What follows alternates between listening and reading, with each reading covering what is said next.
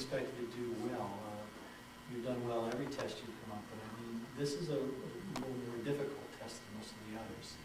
And you were put under a lot of pressure there. As we move to the brown belt levels, as we go from brown belt into black belt, we start to really step up the intensity of the testing, especially in the sparring part.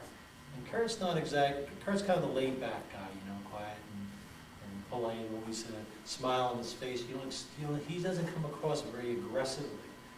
A whole other side of Kurt came out in this test.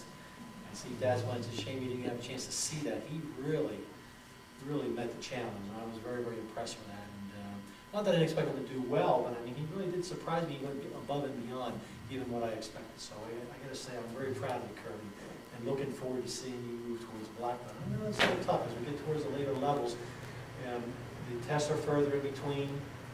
There's not as much information. There's a lot of work on the things you already know. It's not as sometimes as fun or interesting.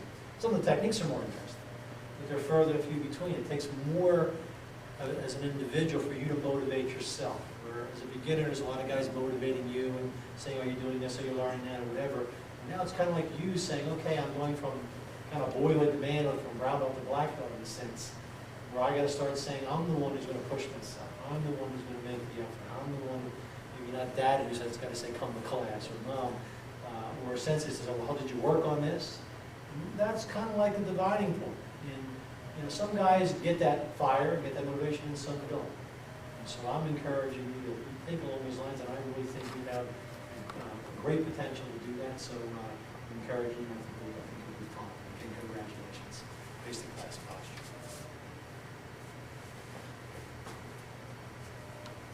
Usually at this point in the training, the students usually really step up there in the intensity of the training, or they really start to kind of hang back a little bit. And after a while, fade out. The guys who step up the training now then reset their goals, and they start to move more steadily towards black belt. I'm really proud to say that I have a lot of young guys.